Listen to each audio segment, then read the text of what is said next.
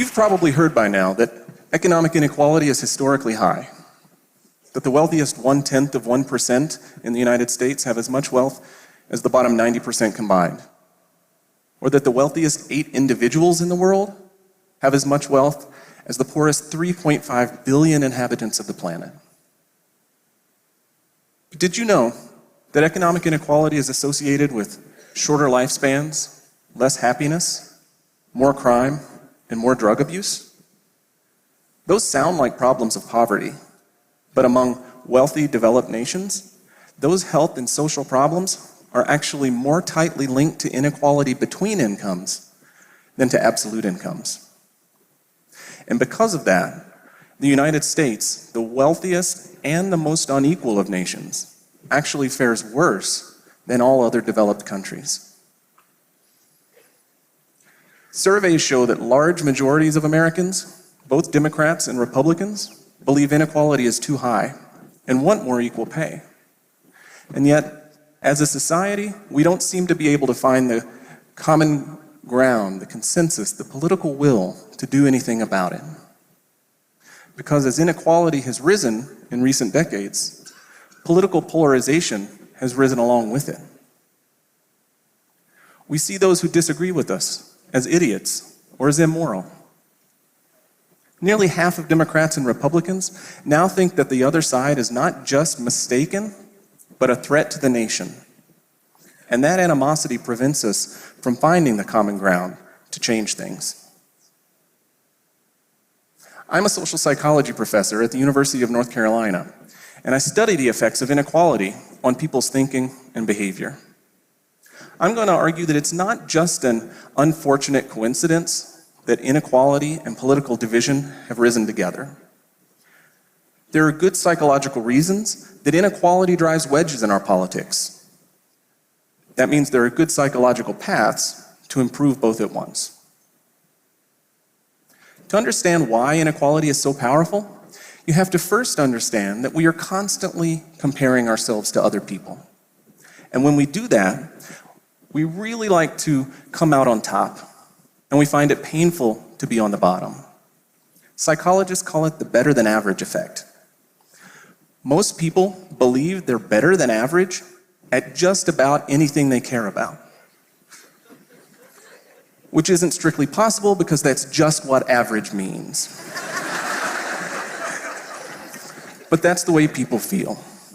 Most people think they're smarter than average, harder working than average, and more socially skilled.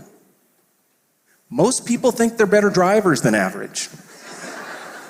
That's true even if you do the study with a sample of people currently hospitalized for a car accident that they caused. So we really want to see ourselves as better than average, and if we find out otherwise, it's a painful experience that we have to cope with. And we cope with it by shifting how we see the world.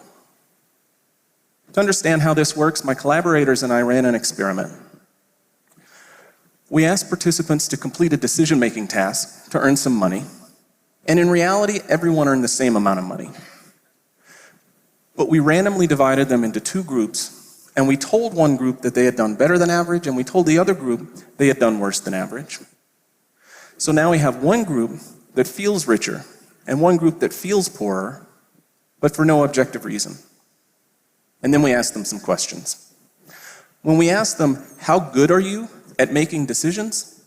The better than average group said that they were more competent than the below average group. The better than average group said that their success was a fair outcome of a meritocracy. The below average group thought the system was rigged. And in this case, of course, they were right.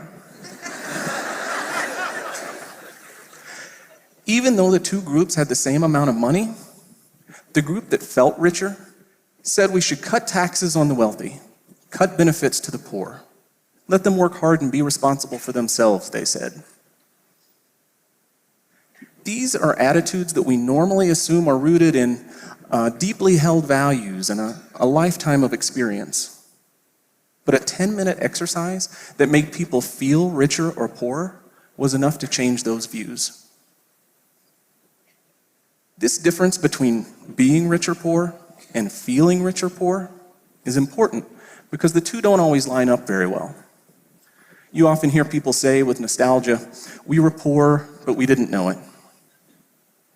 That was the case for me growing up, until one day in the 4th grade lunch line, we had a new cashier who didn't know the ropes, and she asked me for $1.25.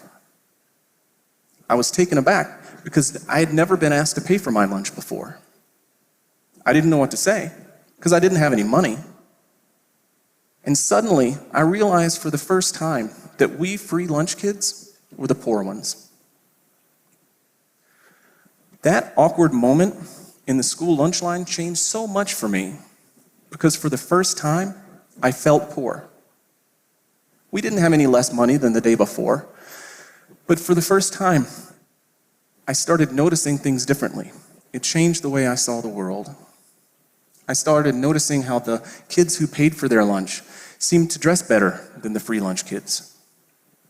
I started noticing the big yellow blocks of government cheese that showed up at our door, and the food stamps my mother would pull out at the grocery store. I was always a shy kid, but I hardly talked at all after that at school. Who was I to speak up? For decades, social scientists look for evidence that feeling deprived compared to other people would motivate political action. They thought it would mobilize protests, strikes, maybe even revolutions. But again and again, what they found was that it paralyzed people. Because the truth is, feeling less than other people brings shame. It makes people turn away, disgusted with the system. Feeling better than other people, though, now that is motivating. It motivates us to protect that position, and it has important consequences for our politics. To see why, consider another experiment. Again, we asked participants to make decisions to earn some money, and we told one group they had done better than average, and the other group they had done worse than average. And again, the better than average group said, "It's a fair meritocracy. Cut taxes on the wealthy, cut benefits on the poor." But this time, we also asked them, what did they think about other participants who disagree with them on those issues? Are they smart or incompetent? Are they reasonable or are they biased? The better than average group said anybody who disagrees with them must be incompetent, biased, blinded by self-interest. The below average group didn't assume that about their opponents. Now, there are lots of psychology studies showing that when people agree with us, we think they're brilliant. And when people disagree with us, we tend to think they're idiots. But this is new because we found it was driven entirely by the group that felt better than average, who felt entitled to dismiss those people who disagree with them.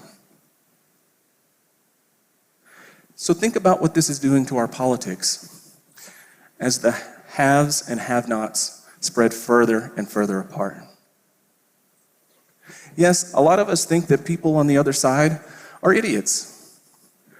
But the people politically engaged enough to be yelling at each other about politics are actually mostly the well-off. In fact, as inequality has grown in recent decades, political interest and participation among the poor has plummeted. Again, we see that people who feel left behind aren't taking to the streets to protest or organize voter registration drives. Often they aren't even voting. Instead, they're turning away and dropping out. So if we want to do something about extreme inequality, we have to fix our politics. And if we want to fix our politics, we have to do something about inequality. So what do? The wonderful thing about spirals is that you can interrupt at any point in the cycle.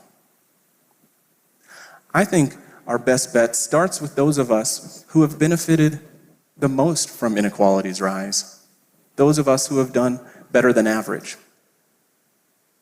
If you've been successful, it's natural to chalk up your success to your own hard work.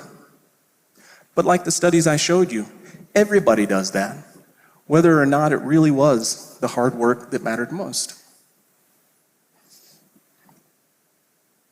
Every successful person I know can think of times when they worked hard and struggled to succeed.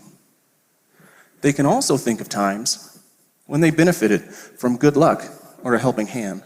But that part is harder. Psychologists Shai Davidai and Tom Gilovich call it the headwind-tailwind asymmetry. When you're struggling against headwinds, those obstacles are all you can see. It's what you notice and remember. But when the wind's at your back and everything's going your way, all you notice is yourself and our own amazing talents. So we have to stop and think for a minute to recognize those tailwinds helping us along. It's so easy to see what's wrong with people who disagree with you. Some of you decided that I was an idiot in the first 2 minutes because I said inequality was harmful.